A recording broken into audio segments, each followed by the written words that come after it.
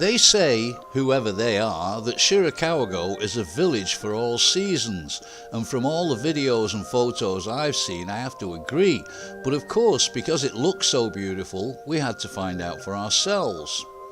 The oldest traces of human life in Shirakawa-go date back to 7000 BC and 2300 BC. Shirakawa-go is a Japanese surname meaning White River. I don't know what the go bit at the end means, maybe you can tell me. It was declared a UNESCO World Heritage Site in 1995, and Shirakawa-go was the main reason we wanted to visit Takayama in the first place. But we had a couple of problems. Now, at the best of times, I do not suffer fools gladly, and I'm not afraid to show it. But when I'm not well, I'm, like most men, a big baby and prone to the odd tantrum or 10. So keep watching to see if I can keep my hissy fits under control, or if I lose the plot, regardless of being in magical Shirakawa-go. I've got a Shirakawa cold, and so I'm not feeling wonderful. But we're here, and the sun's out, and the snow's all glistening and sparkly. So let's go and have a look. Hee. Unfortunately, there's been a big snowfall, and this is all you could see. Ah. What? He keeps shouting at everyone. Quite nice. Huh? Nice. Come on, darling, bleeding great load of people coming. This is what I don't get. I mean, maybe they've not got long here, you know, but it's like they come here and it's, ooh, everybody's got a rush everywhere. Yeah, because a lot of them are tour bus, darling. So Yeah. Fly. What? Fly. Now, though we rarely ever buy souvenirs, our first stop was a souvenir shop because, well, you never know. But I was really glad we went into this shop simply because of this. Hello. Hi. Hello. How are you? How are you? So cute. That's nice, thank you. My name is Love, I'm 10 years old, nice to meet you. You're cute, aren't you? Sarubobo is a Japanese doll with no facial features. It means baby monkey, and that's why its face is traditionally red, the same as a baby monkey's. It's been said that they were first made during World War II from leftover bits of cloth made by relatives, so there was no need for them to be completely accurate, and you'll see them all over Takayama. That dog's tongue was so soft. Why is there a long queue like this? I found out later that the queue was to get a 17 or 20 seater van to take them to the observation deck at the top of a nearby hill that overlooks Shirakawa-go. And apart from the length of the queue, it was a long wait, and from my research you have to buy a ticket in advance. But we weren't interested in seeing it from a distance, we wanted to get up close and personal. And that's exactly what we did. And right from the start, it was indeed magical.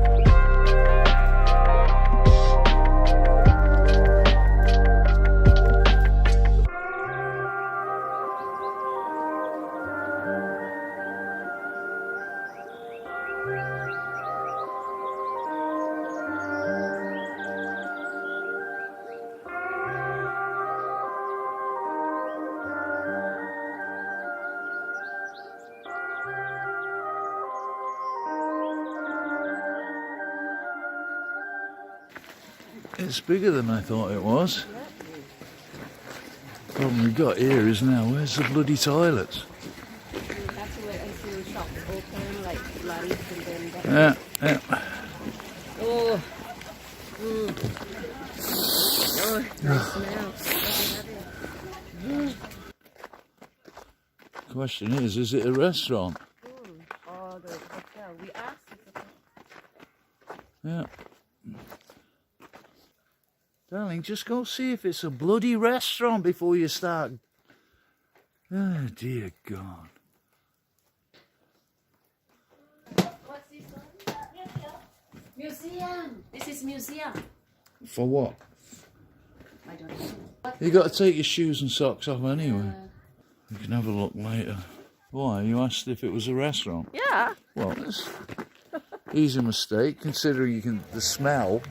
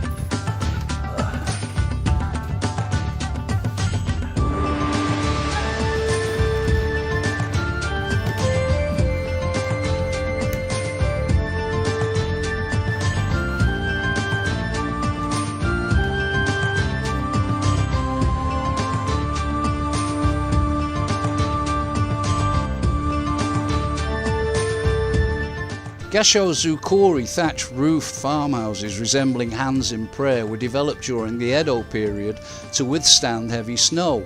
Some of these houses are more than 250 years old.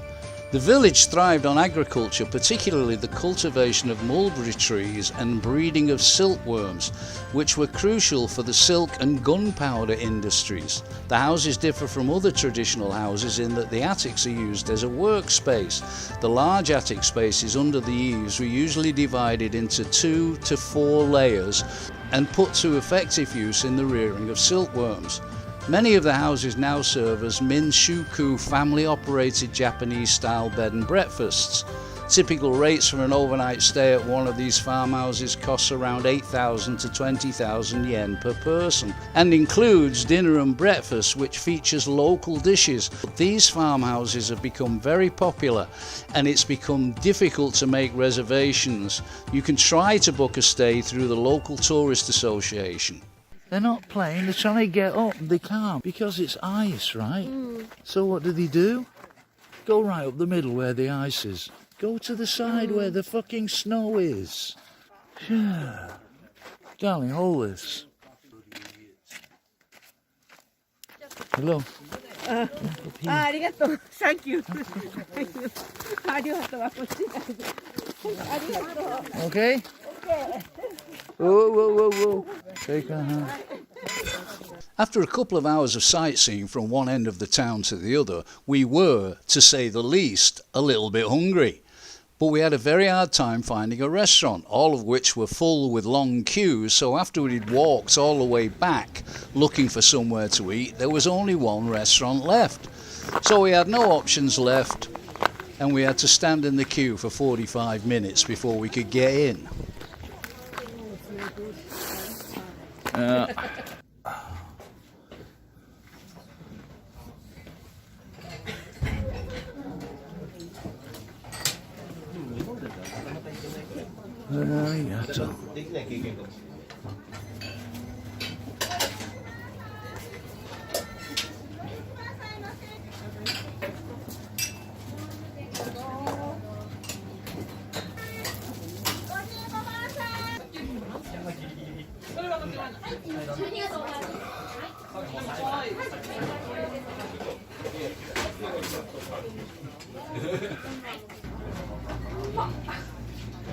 Either beef and miso. Miso and hobat leaf. Looks good. The place is nice. Very, very busy. Arigatou gozaimasu. Bye-bye. Bye bye. So I got a map. Oh, finally. After lunch, we got the shuttle bus to our hotel, Onyado Uinosho, which we knew had no facilities for lunch, hence the reason we had to have lunch in town. Now, I know some people are not fond of musical boxes, obviously seen too many horror films. So if you're going anywhere in Japan, be aware that a large amount of hotels use them for background music. As for me, I love them. The room itself was nice and provided all usual stuff for a good hotel, but in this one we had a choice of 2 bedrooms and, as usual in Japan, they also provided yukata and other clothes to wear, which is great when you like to travel light as we do. But its outstanding feature was without doubt the view.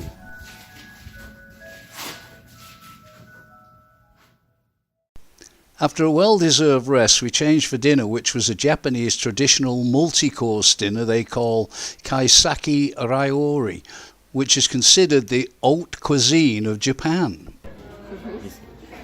Yeah. Yes. You finish appetites, I turn on this. Okay. Okay, Finish good. this first. Good, Okay. good. This is Jumai Daijinko, which is top of the tree. 500 millilitres, which is what this is. It's 4,700 yen, which is something like 1,250 Thai baht. Oh yeah. Really good. Well, we have confirmation from the wife at the moment, who has just said, "Oh yeah, oh yeah, very good."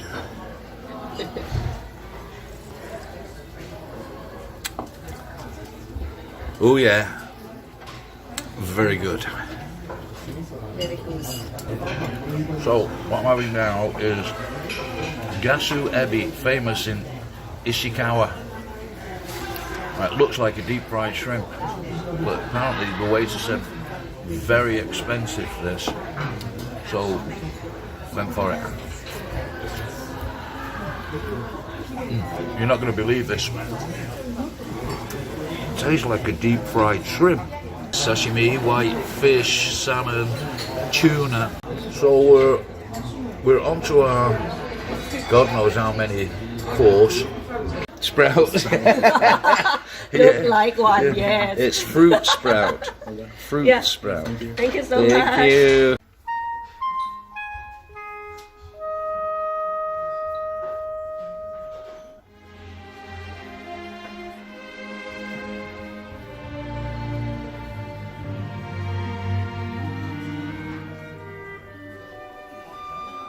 Next morning we had a traditional Japanese breakfast, which I'm not fond of. You know me, I just wanted a little bit of bacon. But I had to settle for a bit of rice, some soup and my last hissy fit.